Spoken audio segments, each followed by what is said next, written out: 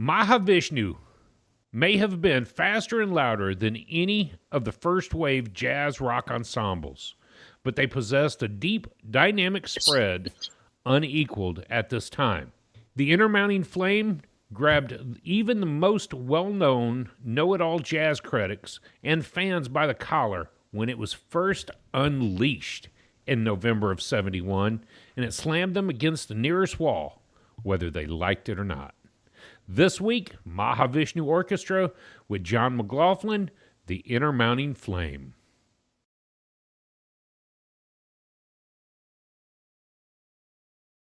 Welcome. How's everybody doing? It's been a good week. How you guys doing? I'm doing well. Doing okay. Long weekend, but we got through the weekend and survived it all. Good. Yeah. That's good. So you want to get into some clips right off the bat? Some information first? Yeah. Nope, let's do it right off the bat. Let's just get right into it because, we've got an exciting week. All right. Well, Matt, what's your clip? Song number 7, If You Know, You Know. Start me right at about 40 seconds, please. Here we go.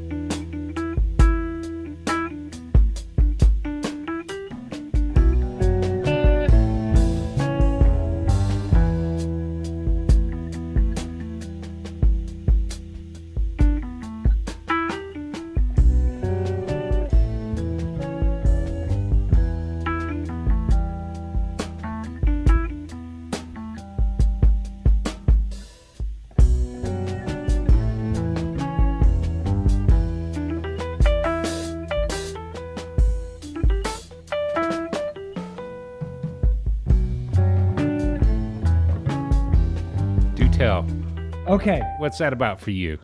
Well, for me, they're playing so well together as an ensemble. Now, we don't get to hear the electric violin or the violin just yet. Later in the song, he takes a pretty amazing solo, the violin solo. But it reminds me, of a new group, not a new group, a new group to me called Tool. Tool has that kind of groove that you almost feel like it builds in intensity.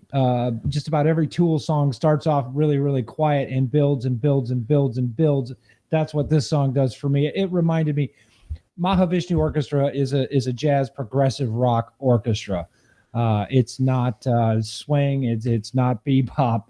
They're kind of in your face, and I love the way that this clip just builds up and then finally just comes to a head. So that was it for me. You said a whole lot in a mouthful right there.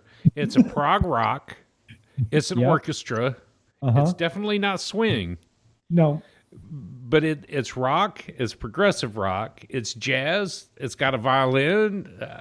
That's a whole lot of what is this really? And that question's going to come up later in the show. So I'm sure we will question this. I love that clip. I love that particular song in general because of the way it does escalate. It's this building before the release, and then it's just this. It's emotion. It's just pure emotion in this. Yeah, for sure. Dad, you had a particular clip that you wanted. I did. Yes, the first minute of A Lotus on Irish Strings. First minute. That. First, roughly the minute, yeah.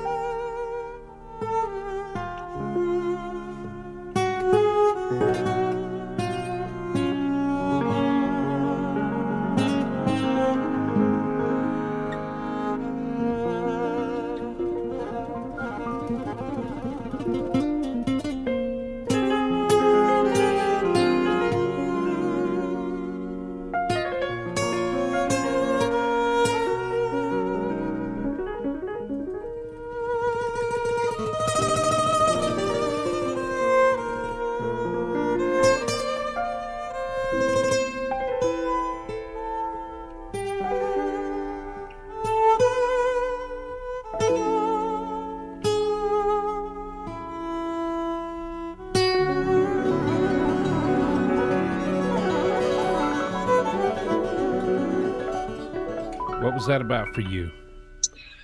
Well, that was, to me, a melodious ballad type of piece.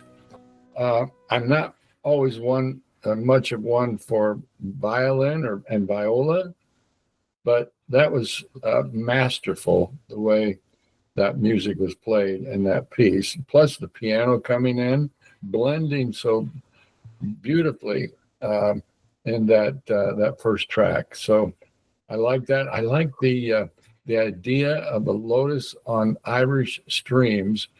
I could feel this a pedal floating softly down a gentle stream, green everywhere except in the stream, with the lotus petal just kind of floating.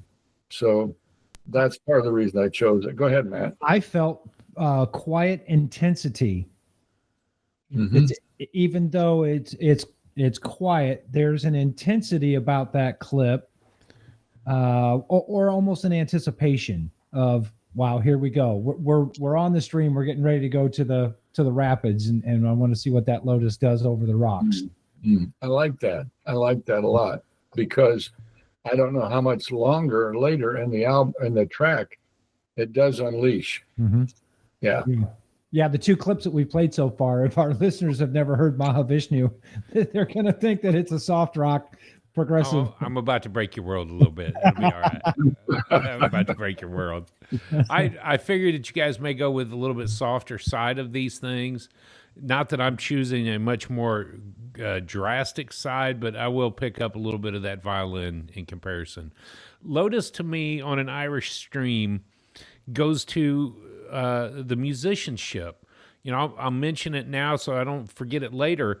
These guys, everybody that John wanted didn't get signed up to this group. They played on 2 albums together as a group. They showed up, had 1 week of rehearsal on John's tunes, and then went out and performed. And after a couple of weeks of performances, sat down and recorded this. So to do that as a group and to be so rock star and rock solid together was really crucial. And to play a slow ballad like that together was just really, really phenomenal. So the clip that I chose is Dawn. I believe this is the second track on the album. I may be wrong with that, but the song is Dawn. I want to start it at about 2 minutes and 20 seconds, and you're going to hear first, I just got rid of my note, you're going to hear some guitar come in. It's John finishing up, the violin and the guitar balance together, and then you're going to hear the violin solo take off. So this is 2:20, song is Dawn.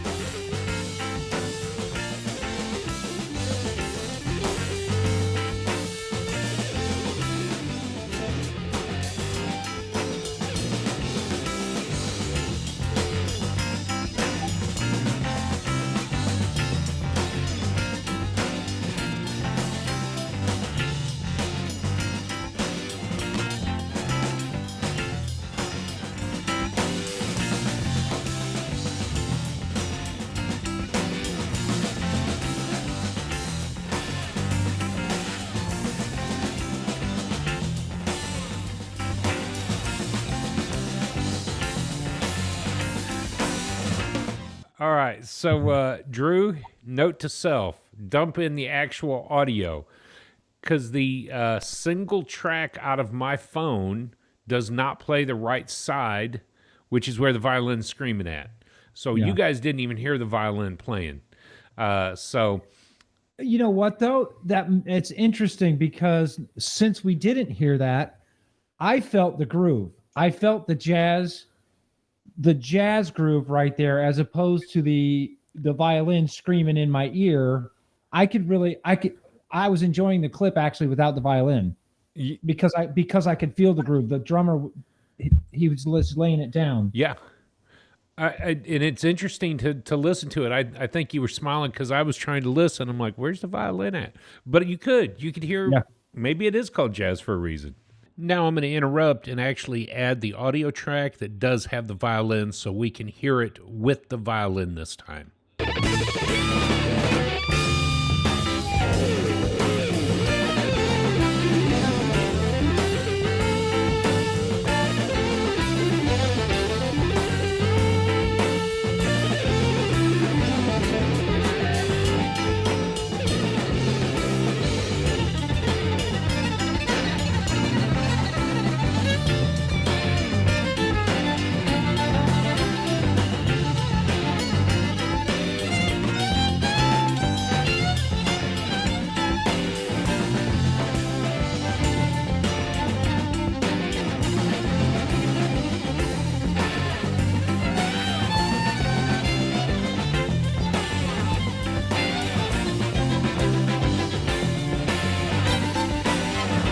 I was really blown away by the fact that one of the articles called it progressive rock.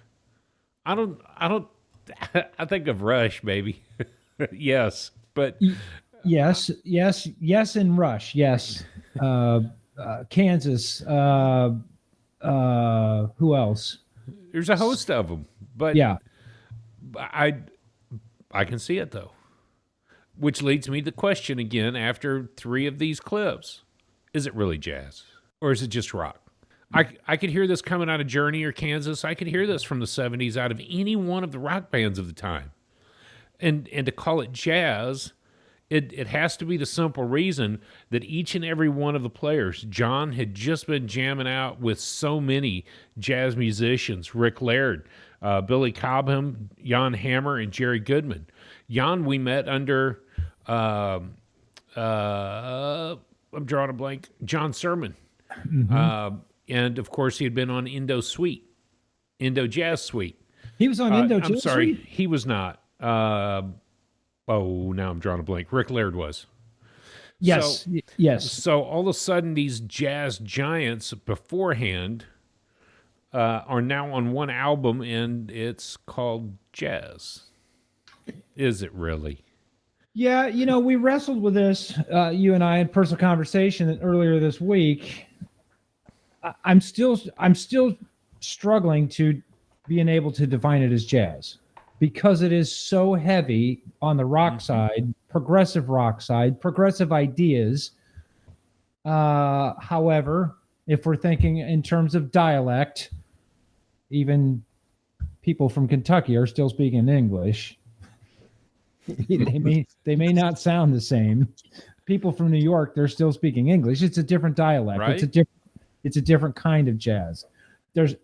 It's not swinging. It's not it's not bop. It's not hard bop. It's not Honestly, free jazz. It's not. Yeah, it's not free. my mind this week went to the rock opera, Tommy by the Who. But Tommy by the Who. And except there's no vocals in the music, this album, but the whole idea of an opera being played by these musicians, especially with the viola and the violin, to me it's a rock. Well, classic. one of the critics, one of the writers about the album actually said it is much about the opera or the classical side. It is a classical suite, mini version, shortened down version of a classical piece, a concerto. If they would have had a horn section, I could have almost heard Spinning Wheel coming out of Mahavishnu. Mm-hmm. A song like Spinning Wheel. That's one of my favorite kind of jazzy 70s funky kind of tunes for me. But I could hear Spinning Wheel if they had a horn section. They're in that same time period coming out with some of this. Mahavishnu did have horns in several other different albums as they came out. I listened to a lot of random stuff this week that went to shuffle because of Mahavishnu. And you start blowing the horns in the background, and now I'm screaming. You can let John McLaughlin go all Eddie Van Halen with the but put some horns bopping in the back. And now you're talking about Chicago. And so, going back to it, is it jazz? Is Peter Gabriel jazz? These were some of the names that kept flashing up, and I'm like, seriously? Sting. Yeah, Sting. Sting? So again, if we follow the stream of this rock fusion, where does it lead? And I think that's the greatest question of all of it. There is a lot of improv happening. Period. Oh, well, it meets all the criteria. The craftsmanship of the music is there. John puts the music together beautifully. The awareness, the creativity is off the charts. Oh, yeah. It's kind of almost unlike anything we've heard before. The spirit of jazz, that's kind of weak for me, but the emotion, it's definitely there. Oh, it is. Our criteria. So what criteria are you using? I'm kidding. Our jazz style period on theunconnoisseur.com. And if you got any question, head over to the Unconnoisseur. We've got a jazz style timeline.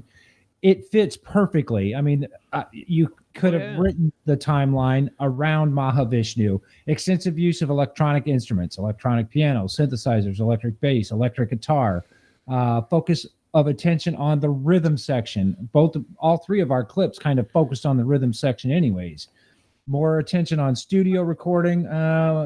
Like you said, they started off live and then went into the studio. But, yeah.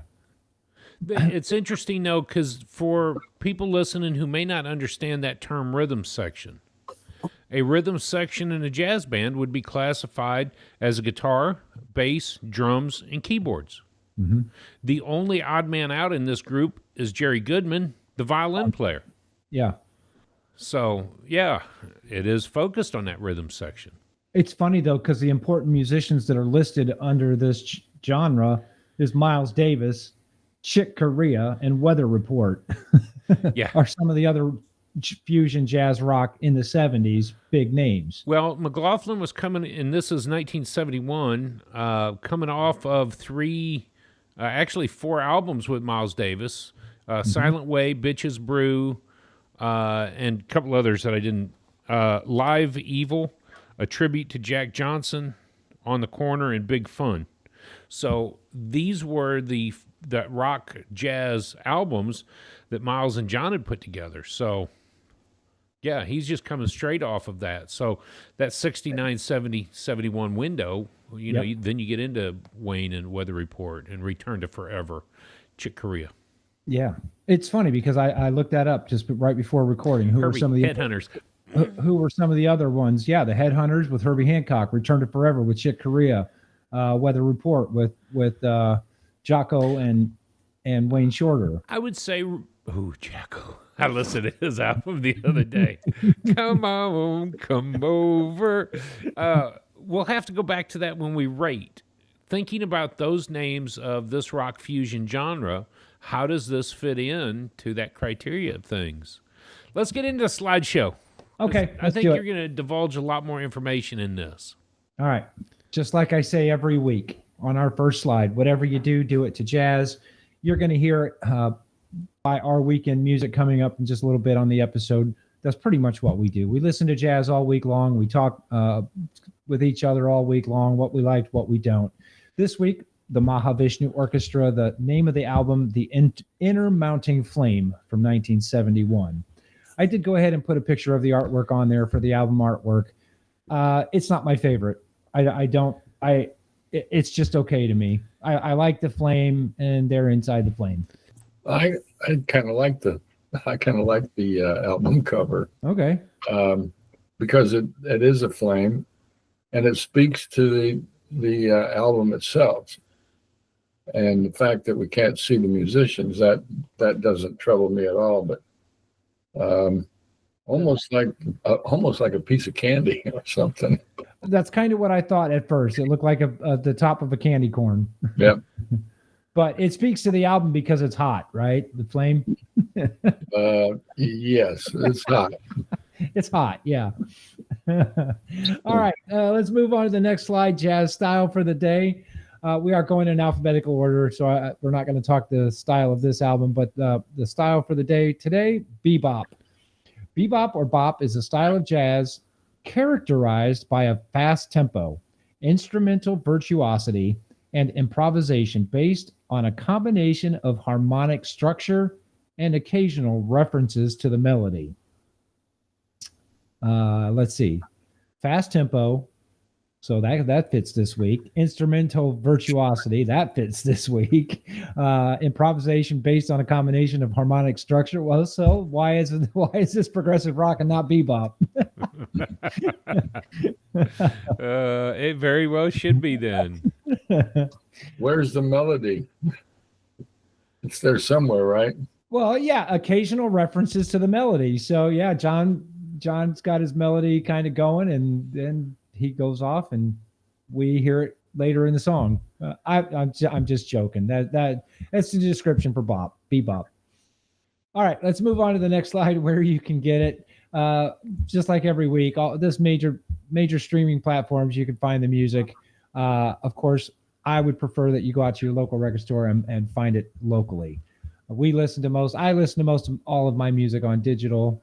And so that's where I tend to highlight. I don't spend much time in my local record store, but buy local if you can. I did put a quote on the bottom of that slide from John McLaughlin. Only in spontaneity can we be who we truly are. Only in spontaneity can we be who we truly are. Huh. Well, there would be those who would take exception to that. And planners, those who are more rational or on a logical side, they type A persons wouldn't necessarily buy into spontaneity. Or one could say, gee, that person's got a high level of ADHD, Although you shake their world up, you're going to find out who they truly are. Yeah. Everybody's got a plan until they're punched in the mouth. Thank you, Mike Tyson. But to me, that's it. We love our rhythms. We love their consistencies. But who are you when things go sideways or when things don't go exactly as they're planned? Are you going to freak out, lose your mind? Now, who are you really? Mm-hmm. And one of the things that I found most interesting in my week is you've got to learn to improvise in life. Not everything's going to go the way you want it to go or need it to go. No matter how well you are planned and prepared, something inevitably is going to go wrong. Flat tire on the road, delayed flights. All of these things are part of, we got to learn to roll with it a little bit. Now, I do like consistency. Yeah, I now I understand a little bit more about this quote because, I was so unnerved today when I realized we've got a nail in a back tire, and in Grand Rapids, Michigan. I'm not familiar with Grand Rapids. I don't know anything about the city, and it's like 200,000 people. And metropolitan-wise, it's 1.8 million. And so we're talking about a big area, and I was really unnerved.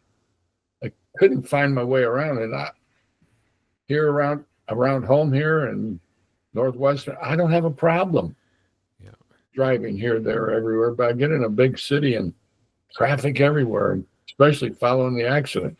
So, who was I today? But I'm sure as we have all experienced as your three sons, figure out a plan. Mm-hmm. You're not going to freak out, melt down, and start screaming or cussing or trying to get across the road there. But figure out a plan, make that plan happen, and try to stay calm. Life improvisational skills. So I didn't mean for that quote to go that way, but it is something that Rick Laird said as well, and I'll get to that later. So okay, cool. Well, let's jump back into the slideshow. We'll do the timeline slide. It was interesting because I had to change a few numbers around, a few dates around, but 1971 Mahavishnu Orchestra originates. So they got together in, what was it, June? They got together, Yeah. practiced for a week. They went out and did some live sessions together as a band, and then again in 1971, they cut this album and it was released. So I have two 1971s. They originate, they play together, and then they release an album. In 1974, they change some of the members out. I think there was a little bit of a falling out between the band, between the group. They didn't really care for the direction John was taking the group, and they left, and John got a whole new group of members. Yeah. Then again, for 84 to 87, that 3-year stint, he got another group together. They took a hiatus. The band took a hiatus from 78 to 84. They didn't play together. John didn't play with and record with Mahavishnu, but they came back together with new members again in 1984 to 1987. And then I found that in 1999 was the last studio album released. I think that album was recorded in 87. They held on to it. I don't know why it took them 11 years to release the album. That's just what I found in my research, that the last studio album was released in 1999, even after they're done in 87. So if I remember correctly, they had recorded some things that they never really agreed upon, so it never got released. So in 99, they finally finished some of those things. Yes, we accept this. Yes, we'll do that. And then they released it. But I think it was a great... I didn't get to listen to that album this year, but... I think they took it off of iTunes because it was missing from my library, and I know that I listened to it last year. So I could not find it on iTunes, that 1999 album. So, yep, that's the timeline. Moving on to the information slide. Some of the influences that I found from Mahavishnu Orchestra, John was really interested in the Indian rhythms, and that would be from the country of India, not the Native Americans. You hear it somewhat in this album, but there's other albums where the Indian rhythm influences are really very prevalent, very present. The other influence, and the single name will say it all, Django. John was infatuated and loved Django's style, and that'd be Django Reinhardt. Gypsy jazz. Gypsy That'll come up jazz. one day in our jazz style of the week. It will. And in case you're wondering about Django, we covered Django in episode 81. So I'll put that link right above Matt's head. Yeah, put it in our head. You know, I remember the week very well, covering Django and how we thought of it, and how our scores kind of changed by the end of the week just based on who he had influenced. The other influence I found from Mahavishnu and John McLaughlin especially was Tal Farlow. And Tal is another guitar player who is just out of this world, outstanding. Yeah.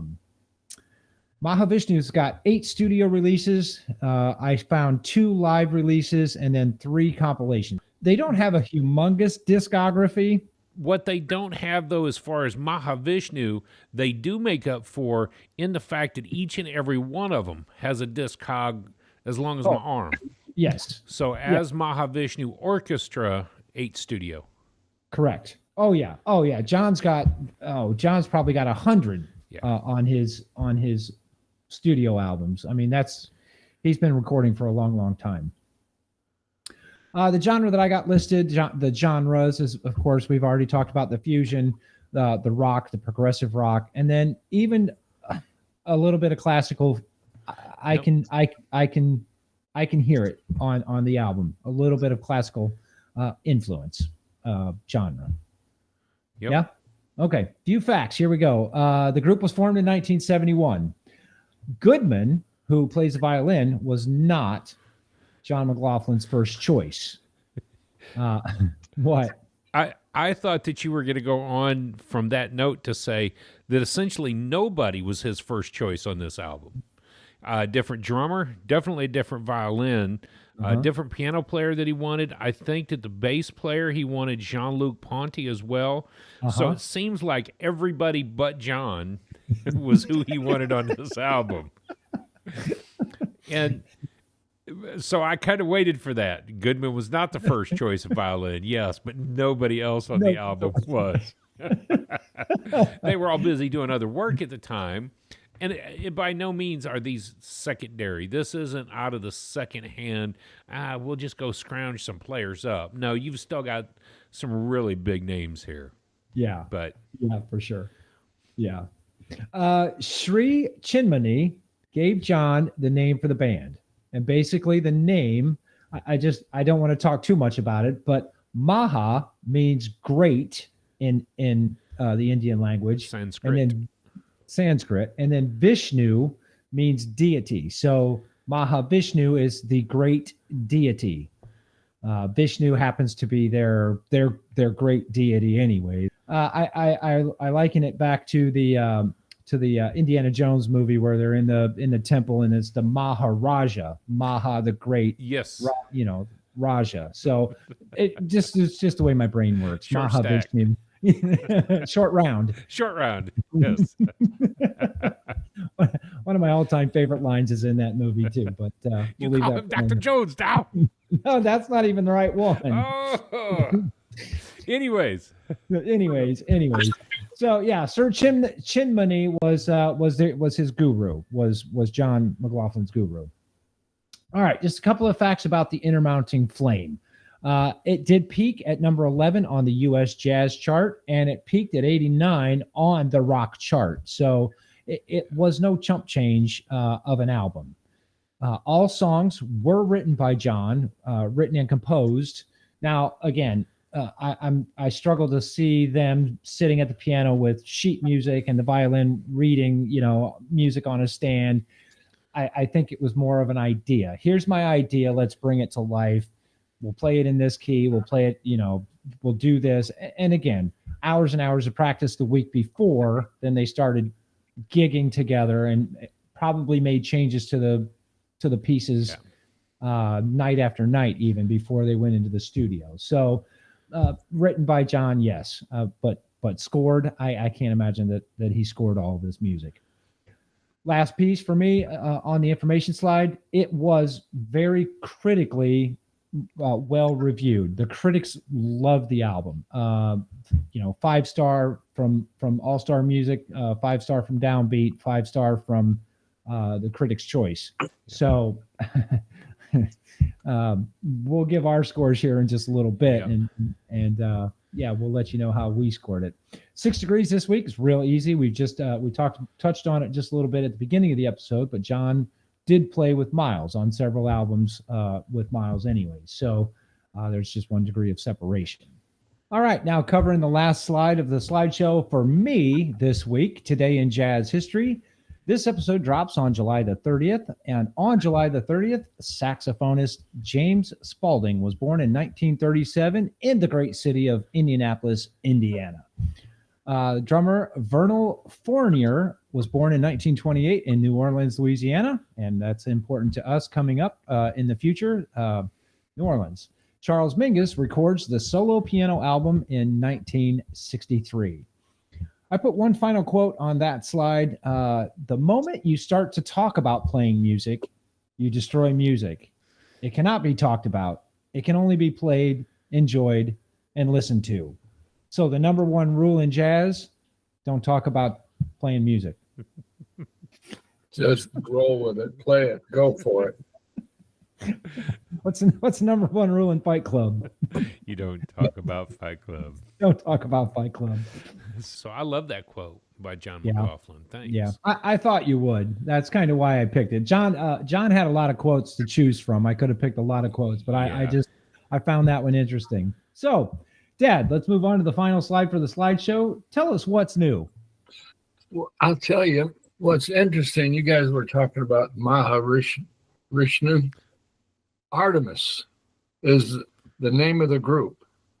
Artemis is the goddess of hunting, the goddess of wilderness, the goddess basically of nature. And I thought that was very interesting how those blended together this week. Unplanned, of course. But this album, Arboresque, speaks such a deep, beautiful language. And the more you listen to it, the more you like it. There's some folks here, some women basically, who I've never heard of. I'm not sure you have, but Renee Rosnes, piano. Ingrid Jensen is on trumpet. Nicole Glover is tenor sax. Noriko Yuda is a bass player. And Allison Miller, she plays the drums so well.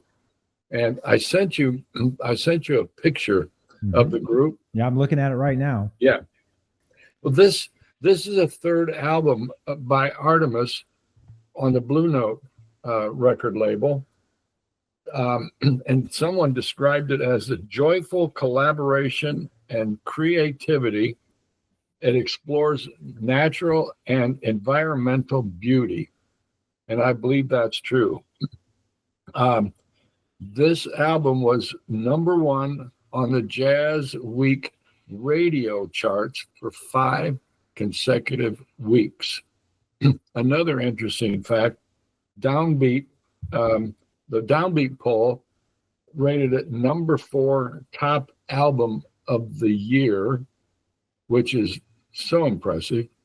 And again, I said Artemis, the goddess of the hunt and of the wilderness, and isn't known to miss her mark.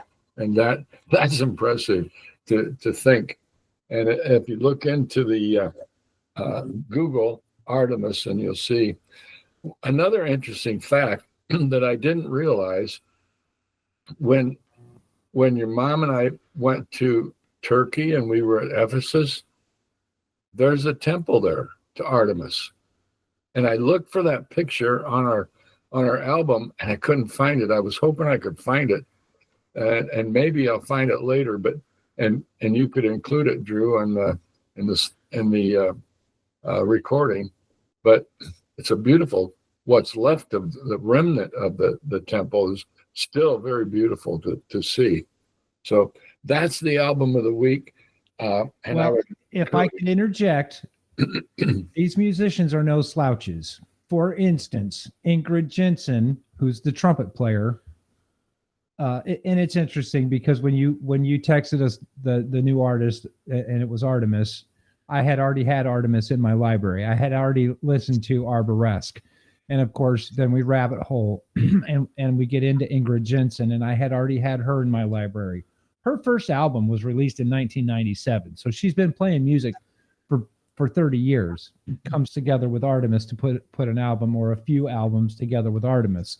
So yes, it's a new release, but the artists have all, much like our Mahavishnu orchestra, where they've got their individual solo work, they come together to collaborate on a group called Artemis. So it was a banging pick. Mm-hmm. I had no problem listening to Artemis. No, and I would have commented, it is an all-female supergroup. They've had some really phenomenal women in and out of that group over their time too. One question I have: where are these artists from?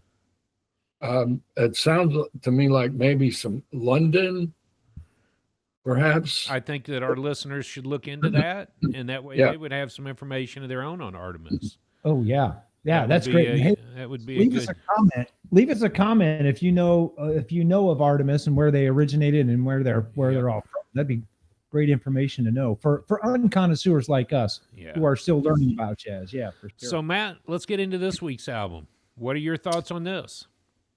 Well, in my notes that I made, now I was in the car the day that you and I talked about the album on our personal journey week. So I didn't make many notes, but I did make that note. I was in the car. Yeah. This was also the week before we started to move. So there was a lot of stuff going on in my head, in my world, in my week, the week that we did Mahavishnu.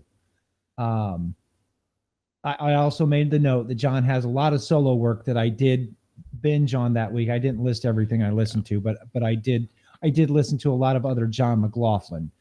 For me, even coming back to it this week, and like we had talked about earlier in the episode, it was rough. There were some things that I wanted to concentrate on this week that having Mahavishnu in my ears, trying to digest it again was hard to get through. I could take it only in small chunks, maybe one or two songs at a time.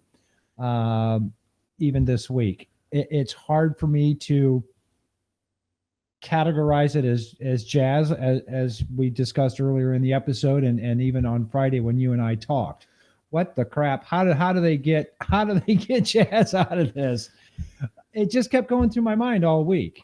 It's not bad. If I'm in the mood for Rush, I'm going to listen to Rush. I'm not going to pull up Mahavishnu. So that's where I was at. That's my impression of the album. I enjoyed it for what it is, but this probably won't be something I rush back to, much like some of my other now becoming rut jazz music or things that I really enjoy listening to. What were some of the things that stands out to you as why you wouldn't go back to it? I made a few other notes on my note while I was listening to it this week. It's very innovative. Okay, the innovation is there. The progressive rock, you can hear the classical influences. But why I won't go back to it is because I can't because I can't put it in the background. It's not something that you can put on and then concentrate on something else. You have to concentrate. You have to listen to this music. That's for me the hard part, because I like to enjoy jazz coming in and out of focus with the music and ebbing and flowing with the music. If I got to turn my attention to work or even, anything, housework or anything, I like to ebb and flow with the music and concentrate on what I need to concentrate on for the 30 seconds and then come back to the jazz, not as background music, but as... when you said that, it reminds me of Cecil Taylor. Reverent, you have to listen to reverently. You have to pay full attention. There is no try to listen to it. You either will or you will not. Anything is a distraction. Yep. So that's my take. I'll wait to score until we're all all give our takes. Well, I'm very much in tune with you, Matt, because I could only take it in small doses. And I noticed, similar to last week, if I'm driving with the music in my ears, I'm pushing. My anxiety is rising. I want to get to where I'm going to get so I can turn the music off. Okay, because it's too forceful. It's not pleasant for me. And again, I was listening to a couple of the tracks this afternoon on our way home from Grand Rapids, and I noticed that I was holding the steering wheel tighter the more I listened, and I'll tell you how bad it was. Mom put on an album that she loves, Jack Johnson, and I said, I would rather listen to Jack Johnson. I'm sorry to our listeners, but that's where I was with this album. I know there's folks out there, including Drew, who are going to rave on this album, but I think the pieces that we played are not a true example or true rendition of what this overall album is. We hit the softer side of the album. That's where I am. We really did hit the softer side of this album. I think all three of the clips were things that spoke to us. We were looking for the things that soothed our soul about the album. I laugh because Todd Snyder was a folk fun singer, and he always told the story about the woman at the Devil's Backbone Tavern. Meeting somebody and listening to Eddie Van Halen play, and he just stood on stage the whole night, and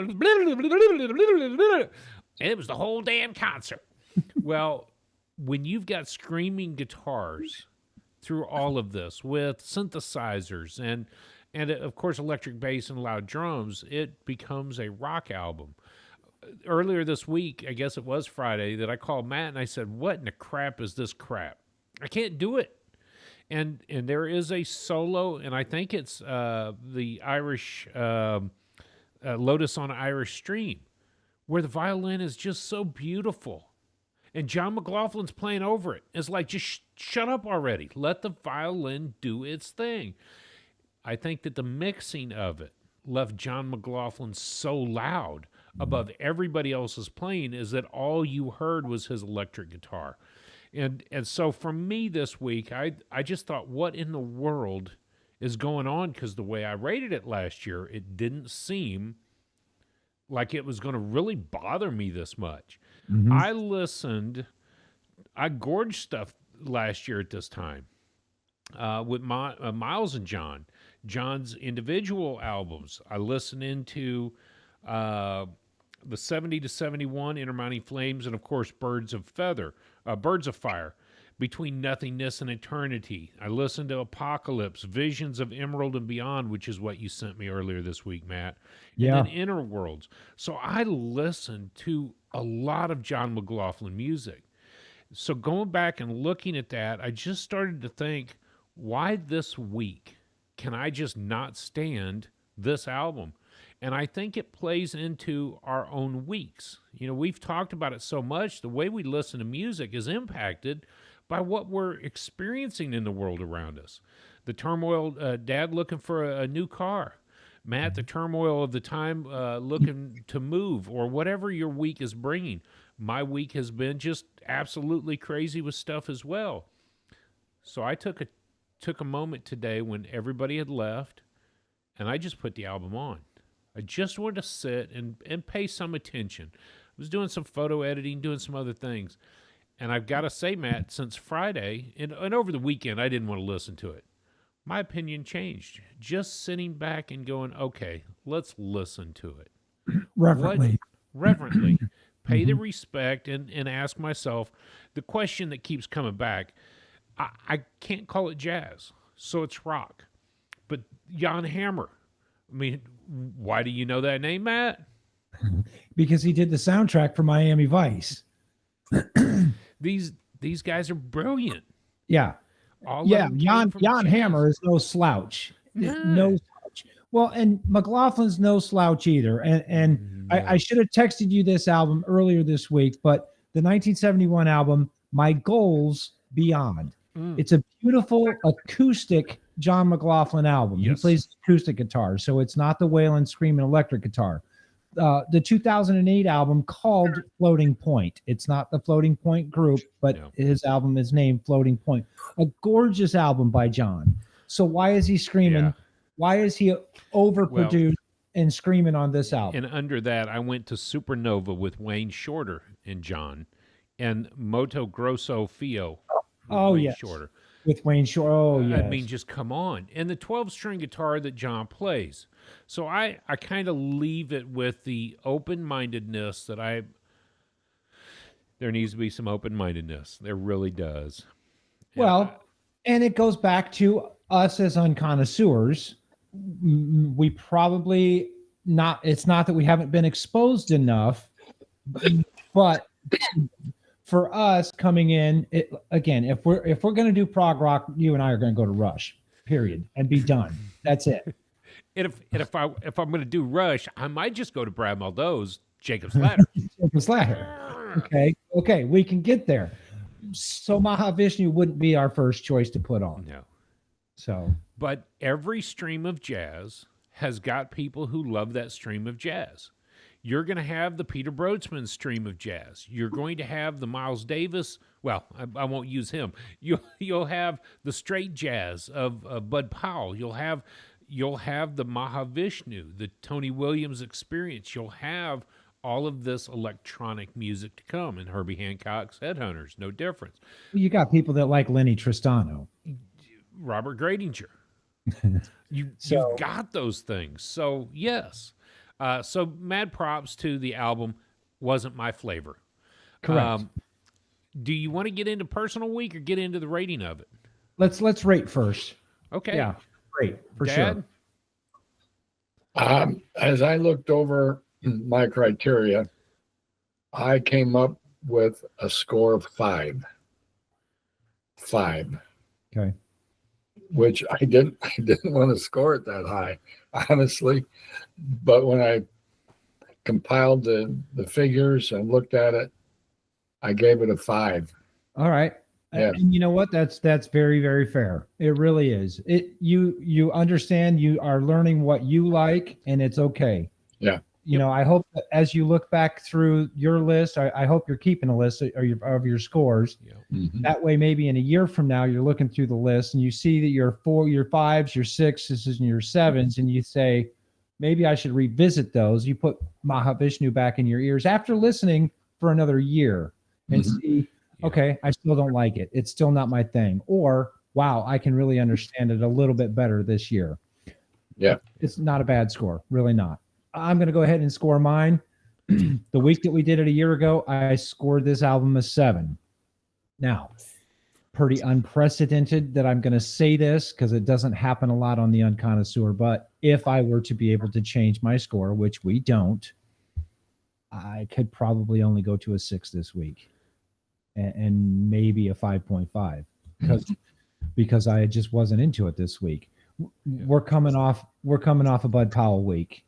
We're coming off a banging, just loved Bud Powell. We gorged on Bud Powell last week, and then to come into Mahavishnu as something just left-hand turn completely different. Yeah, 7 for me this week. I'm not going to split hairs here on the website. On our website, theunconnoisseur.com, under the ratings page, it shows a 7.5 there. What I want you to do as I get ready to tell you my rating, Matt, is do you have the 99 and 2006 list handy? Because I want to go to something after I tell you my score. When we first did this album, to listen to it, to enjoy it, to hear it for what it was, I first gave this an 8.5. Partly because the reality is it's the first time we've really gotten into the rock fusion things. So I understood the historical impact of an album like this.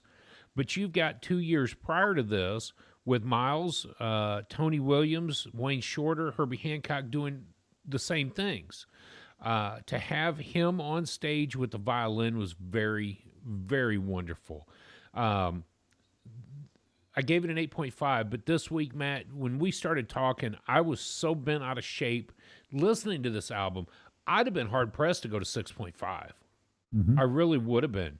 And it disturbed me in a way that today, to listen to it just reverently, to put it on and listen to it, I do understand why I would have rated it that way.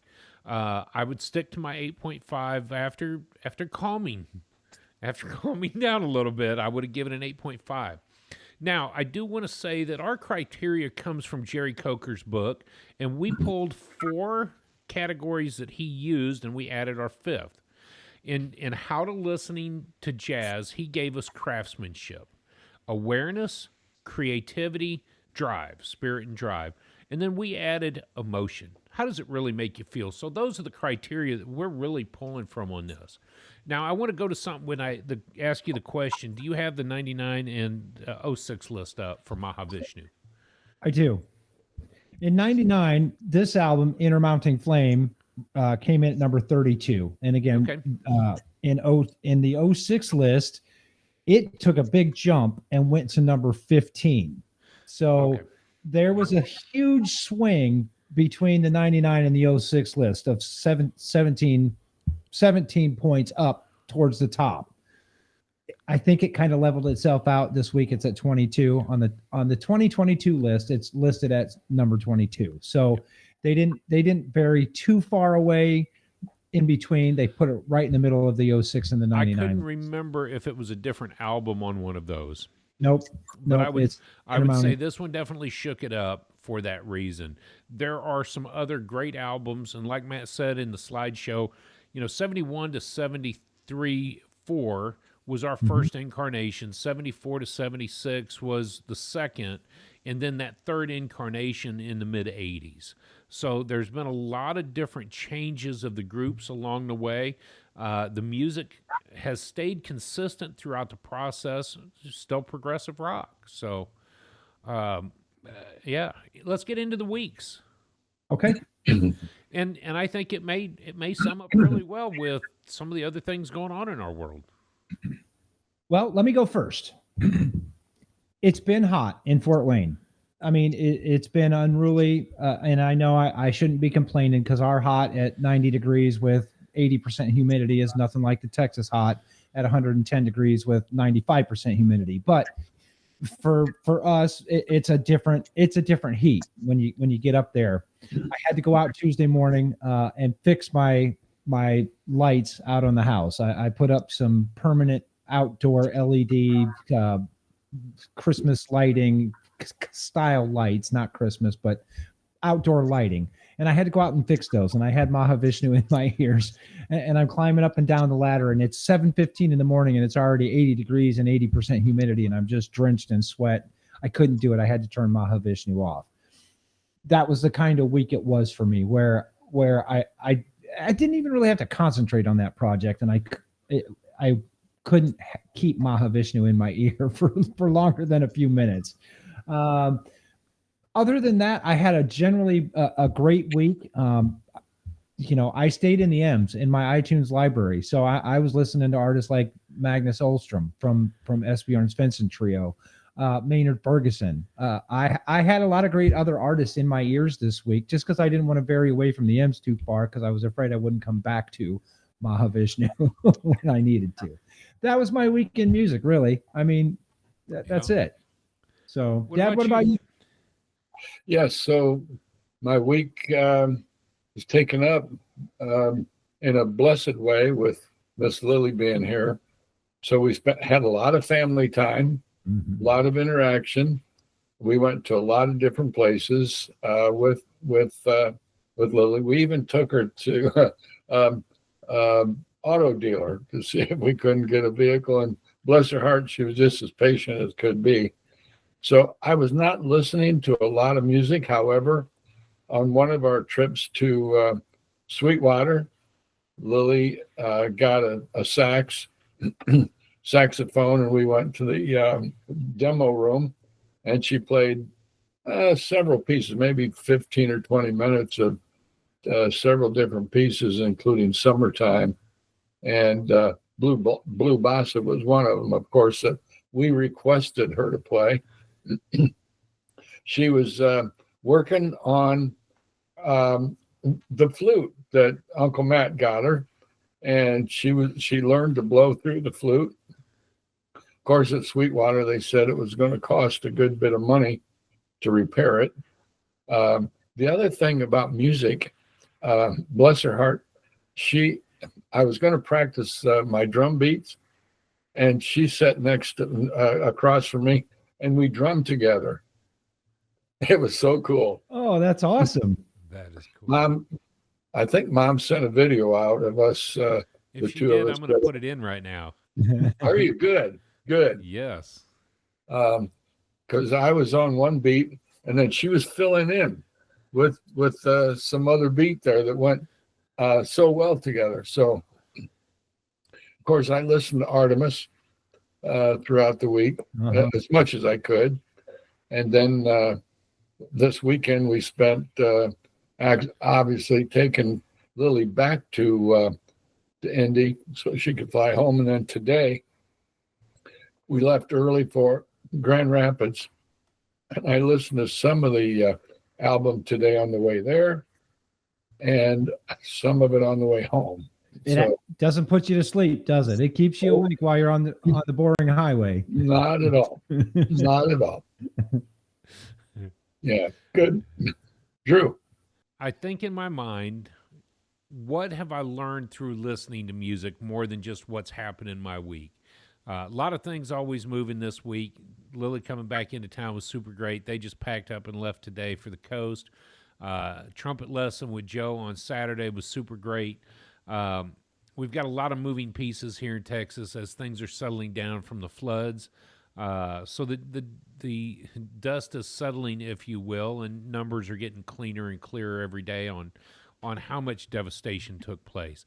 Lake levels are extremely high, and it's still threatening to rain.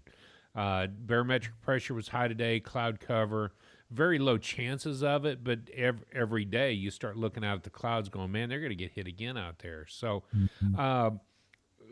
things that I've learned while listening to this week, and this was part of my question to you guys anyways, life hits you differently day by day and week by week. Sometimes it's up, sometimes it's down, but mostly life hits you when it's unexpected. That quote from Mike Tyson, everybody's got a plan until you're punched in the mouth. Mostly it hits you when you're least expecting it. So things are going super great, and all of a sudden there's a hiccup. That's life improvisational skills. Are we ready to be changing through our lives? Stay alert and be ready to improvise at any moment, regardless of what song in life you're playing. And so these are the things that hit me this week in my ups and downs of I wouldn't have given it a 5 on one point in time. Yeah. I didn't even want to talk about it at one afternoon. But the other thing, Matt, that hit me this week is that make sure you share this journey, this conversation, this life with people around you. That conversation Friday, just you and I dialoguing about this album, was huge. I'm sure you guys can hear the dog screaming in the background. Some deers in the front room, I'm sure. But you got to share your life with somebody, and you need help. Ask for help. Don't be afraid to ask for help. That's why we have friends and family around us, and so share that life with others. And by every means, when things go the directions they will, people are in your path for a reason, and so rely on that. And that's what I'm doing with Joe. You know, Lily's gone for 3 weeks of lessons this month. I'm awesome with that. That means I'm going to take those lessons. Why? Because I think he's mostly got an hour for me every Saturday or Sunday, because that's Joe, and I'm hungry to learn. Well, it just so happens that I have the time and the resources to do that. And that's the other part. Trying to learn a new instrument, holy crap, I didn't realize how frustrated mentally I would get. And then this Sunday we sit down with 2 really brilliant young men on trumpet, and I just want to throw my trumpet away and walk away. I listen to them solo, and I'm like, I don't know that it'll be 5 years when I can get there. But isn't this life, where there's always a challenge ahead, and shouldn't we go ahead? So that's been my week in music. The other thing, excuse me, the other thing I really need to and want to mention is that our anniversary, our 57th, Congratulations. 57 years, and I was not prepared for it, unfortunately. We stopped to get gas on our way to Grand Rapids, and I bought a card on the 20th, on our anniversary. I was so, and Mom had already presented me with a T-shirt and a card, and so it was just one of those weeks where it's not something that sneaks up on you. But dang, I'm not a procrastinator too bad, but we did the same thing. We celebrated our anniversary at the end of June, and we sat in a gas station parking lot and ate leftover pizza for our anniversary. I mean, go figure. Go figure. Sarah's always said, I don't want chocolates and flowers. We're just going to melt the chocolates or eat them, and the flowers are going to die. So think about what's unique. Think about me. I'm sure she bought that shirt 2 months ago. And I'm sure she had a card last year because she picked one out, and it was just ready to go. So, yeah, she's planned a year in advance, and you're thinking, oh, crap, my anniversary was yesterday. I better go get something. Well, it's a busy month. I mean, I had a birthday. Lily had a birthday. Their anniversary. It's just a Brady had a birthday. Yep. And, and the boys were in town to spend some time and to hang out and to maybe try to get to an air show. Lily's in town. There's a lot of moving pieces. Yeah, a lot of moving pieces. So, and by the way, right now I'm just going to put up a few photos of anything that Matt and I can gather together before next week for this. I've got a few photos of y'all, so we'll run a slideshow throughout this process just so that you can have an opportunity to see those lovebirds, 57 years in the making. And I think it's important to note, 57 years together, 3 incredible young men, and 5 phenomenal grandchildren. Exactly. What a big deal. 57 years. And thank you for the example of what it's like to be on a bandstand with somebody for 57 years and then continually producing joy and happiness and love, whatever that looks like. But 57 years of it is a lot. Yeah. Well, I'm a blessed man in so many ways. So thank you. And God has blessed us richly. Yeah. So, if you don't mind, may I introduce next week's artist? Let me Or do you want? let me go get my cigar so I can smoke it real quick. Go ahead.